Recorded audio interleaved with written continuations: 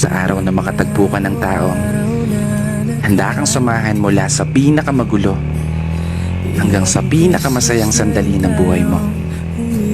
Huwag na huwag mo nang pakakawalan. Kasi sa mundo na ginagalawan natin ngayon, isang hamon ang makakita ka ng taong magmamahal sa'yo ng tapat at totoo. Taong maituturing mong palagi. Oo, palaging mananatiling sa'yo. Palaging uunawa. Palaging magpapahalaga. Taong tatanggapin ka ng buong buo maging sino ka pa. Ano man ang estado mo sa buhay o kulay ng paa.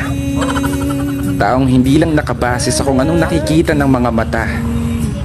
Taong bigla na lang magliligalig nang hindi mo alam ang dahilan. Ay, mali pala. Taong makakasama mong mangarap at abutin ito ng sabay.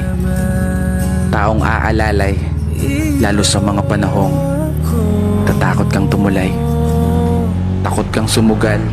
Takot kang humakbang. Pinanghihinaan ng loob sa pagkakataong hindi umuugnay ang mga plano at gusto sa pag-ikot ng mundo.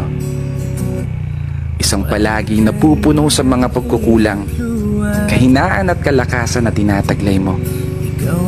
Isang tao na maniniwala sa'yo.